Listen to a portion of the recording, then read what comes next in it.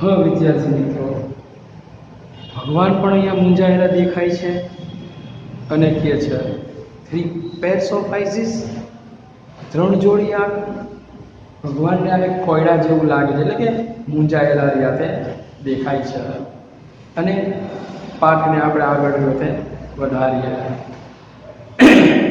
One pair that sees her children through closed doors.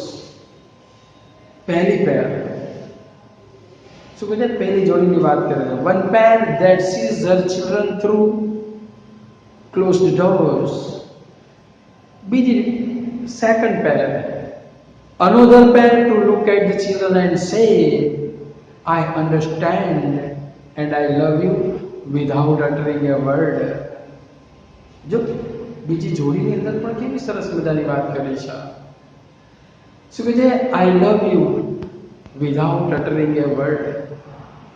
And third pair, to see all secret things without opening them. માતા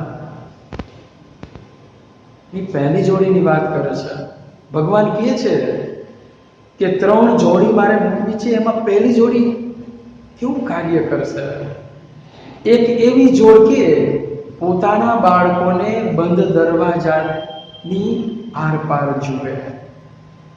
એટલે કે બારણું બંધ હોય અને બાળકો રીતે ઘરની બહાર રમતા હોય તો પણ માતાની નજર રહી તે ઘરમાં બેઠા બેઠા પણ કોની સામું હોય છે? તેના બાળક પ્રત્યે રહી તે હોય છે. એટલે એમ કહે છે કે one pair that sees her children through closed doors. એક એવી જોડ કે પોતાના બાળકોને બંધ બારણાની આરપાર જુએ. Another pair એટલે બીજી સમજવાની છે. બીજી જોડથી એક શબ્દ બોલ્યા સિવાય બાળકને જોઈને કહે, હું સમજુ છું અને તને ચાહું છું. જો કેટલી સરસ મજાની વાત કરી છે. અહીં આપણને સમજાય કે આ દ્રષ્ટિ રીતે ભગવાને માતામાં મૂકી છે, પિતામાં રીતે મૂકી નથી. શું કહે છે કે એક પણ શબ્દ બોલ્યા સિવાય માતા રીતે એમ કહે છે કે બાળકને કહે, શું કહે? હું સમજુ છું અને તને પ્રેમ કરું છું. આપણે ઘણી વખત આવું ઘરની અંદર જોવા પણ રીતે મળે છે. ઘણી વખત ઉદાસ હોય ત્યારે માતા રીતે તરત ગાલ ઉપર હાથ ફેરવીને કહે છે, શું કહે છે? એને સમજશે કે શું તકલીફ છે. અને કેવા લાડથી કહે છે કે તમારું દુઃખ રહ્યું તે દૂર થઈ જાય. તમે કહેવા માટે તરત જ તેને જણાવી શકો. And third pair to see all secret things without opening them. ત્રીજી જોડ થી બધી જ ગુપ્ત વાતો જાણી શકે. એટલે કે તમારા હૃદયની અંદર રહેલી બાબત રીતે જાણી શકે અને કહે, બેટા શું પ્રશ્ન છે? કેમ મૂંઝાયેલો દેખાય છે? આ માતા જાણી શકે છે. અહીંયા 3 જોડીનું ખૂબ જ મહત્વ રીતે રહેલું છે. પહેલી તો કે બંધ દરવાજાની આરપાર તેના બાળકોને જોઈ શકે. બીજી એવી જોડ કે એક શબ્દ બોલ્યા સિવાય બાળકોને જોઈને કહે, હું તને સમજુ છું અને તને ચાહું છું. અને ત્રીજી જોડી હૃદયની અંદર રહેલી ગુપ્ત બાબત રીતે શું કરી શકે? જાણી શકે.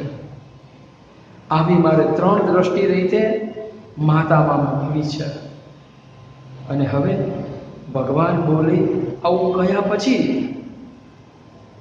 દેવદૂત કહે છે, લોર્ડ રિક્વેસ્ટેડ ધ એન્જલ. શું કહે છે?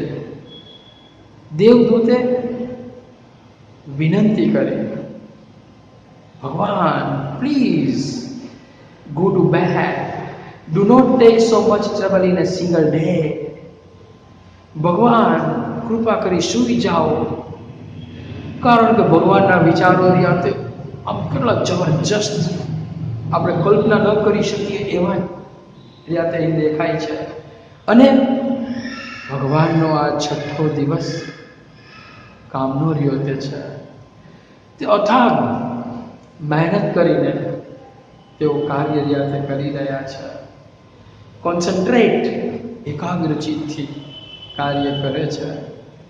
ત્યારે દેવદૂત આવું કહે છે, એક જ દિવસમાં આટલો બધો શ્રમ ન કરો. આજે છઠ્ઠો દિવસ રહ્યો તે છે. 5 દિવસ સુધી તમે કેવી રીતે આશ્રમમાં વિતાવ્યા? દેવદૂતે ભગવાનને વિનંતી કરી કે એક દિવસની અંદર તમે આટલો બધો શ્રમ ન કરો. આગળ વાત કરતા રહીતે કહે છે, I cannot. He refused. I have almost completed the work. I have put the best of my ideas into this model. Now this mother will heal herself when she is sick. She would be able to feed a family of 6 members only on half a kilo of cabbage, and she would manage a child's bath, play, study, food and sleep without getting irritated. ભગવાન દેવદૂતને સરસ મજાની વાત આ પેરેગ્રાફની અંદર કહેતા કહે છે, હું સૂઈ ના શકું. તેમણે ના પાડી. આ મૂર્તિમાં મારે મારી શ્રેષ્ઠ કલ્પનાઓને કંડારીને મેં મોટા ભાગનું કામ પૂરું કર્યું છે. હવે આ માતા જ્યારે બીમાર હશે ત્યારે તે પોતાની જાતને સાજી કરી શકશે. માત્ર અડધો કિલો કોબીમાં કુટુંબના 6 સભ્યોને ખવડાવી શકશે. અને મિજાજ ગુમાવ્યા વિના બાળકના સ્નાન, રમત, અભ્યાસ, ખોરાક અને નિંદ્રા સંભાળી શકશે.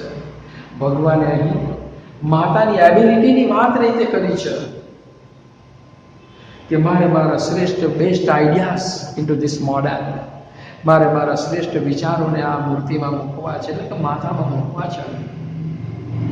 અને જ્યારે આ માતા રીતે માંદી હશે ત્યારે તે પોતાની જાતની સંભાળ લેશે. કોઈને એમ પણ નહીં કે તું મને પાણીનો ગ્લાસ આપ. અને ભગવાને એવું એનામાં મેનેજમેન્ટ મૂક્યું છે કે કુટુંબના 6 સભ્યો હોય અને ફક્ત અડધો કિલો જ કોબીક હોય તો તે એવું મેનેજ રીતે કરશે કે કુટુંબના 6 સભ્યોને આ અડધા કિલો કોબેજની અંદર ખવડાવી શકશે.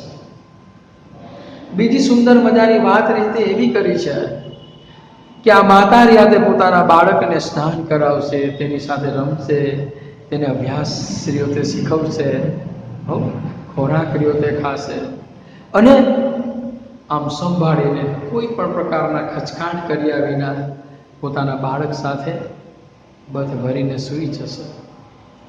આ ભગવાને આ માતામાં મૂકેલી સૌથી વિશિષ્ટમાં વિશિષ્ટ બાબત અને સૌથી પાવરફુલમાં પાવરફુલ બાબત રીતે માતામાં મૂકી છે. અહીં આપણને દેખાય છે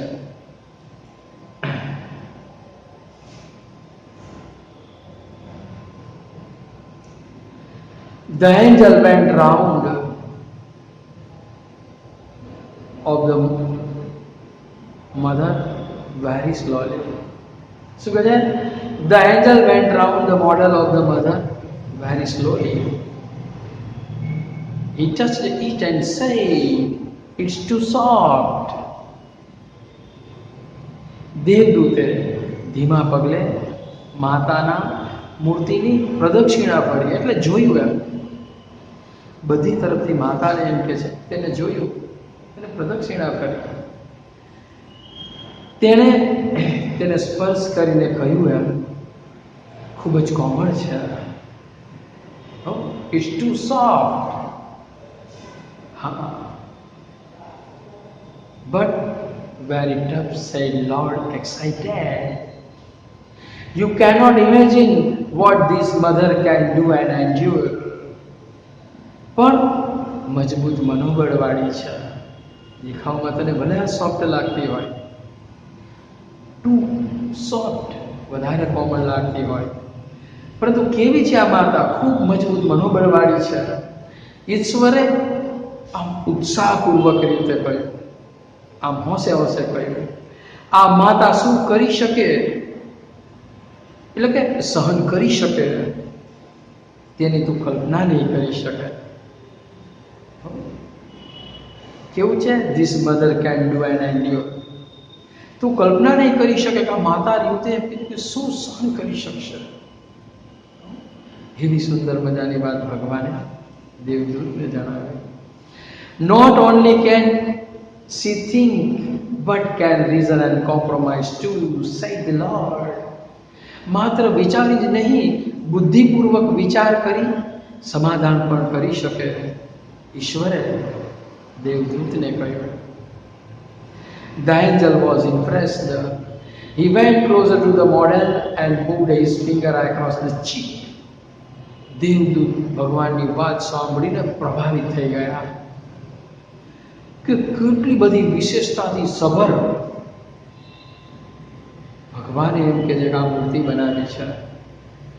તે મૂર્તિની નજીક ગયો અને ગાલ પર આંગળી ફેરવી. ક્યાં આંગળી ફેરવી? ગાલ ઉપર આંગળી ફેરવી. O Lord, her eyes are leaking. હે ભગવાન, તેની આંખો ચૂવે છે. જો ચૂવે છે એવો શબ્દ વાપર્યો છે, રડે છે એવો નથી વાપર્યો. જો જીવંત હોય અને જો આંખમાંથી નીકળતું હોય તો તે આંસુ જ હોય. પરંતુ આ તો મૂર્તિ છે અને મૂર્તિમાંથી એમ કે મૂર્તિની આંખમાંથી નીકળે છે એટલે એને ચૂવે છે એવો શબ્દ વાપર્યો છે.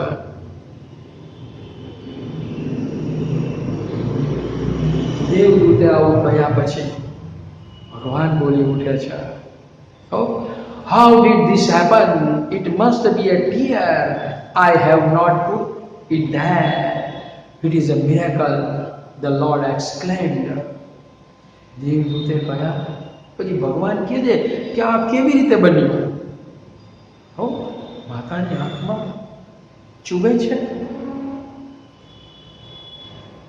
માતાની આંખ ચૂવે છે તો ભગવાન કહે છે કે એ આંસુ જ હોવું જોઈએ. મેં તે ત્યાં મૂક્યું નથી, એટલે કે એનામાં જીવ નથી આપ્યો છે. અને જીવ ન આપ્યો હોય તો તેની આંખમાંથી આંસુ રીતે ન નીકળી શકે. અને ભગવાન હવે કહે છે કે આ તો ચમત્કાર છે.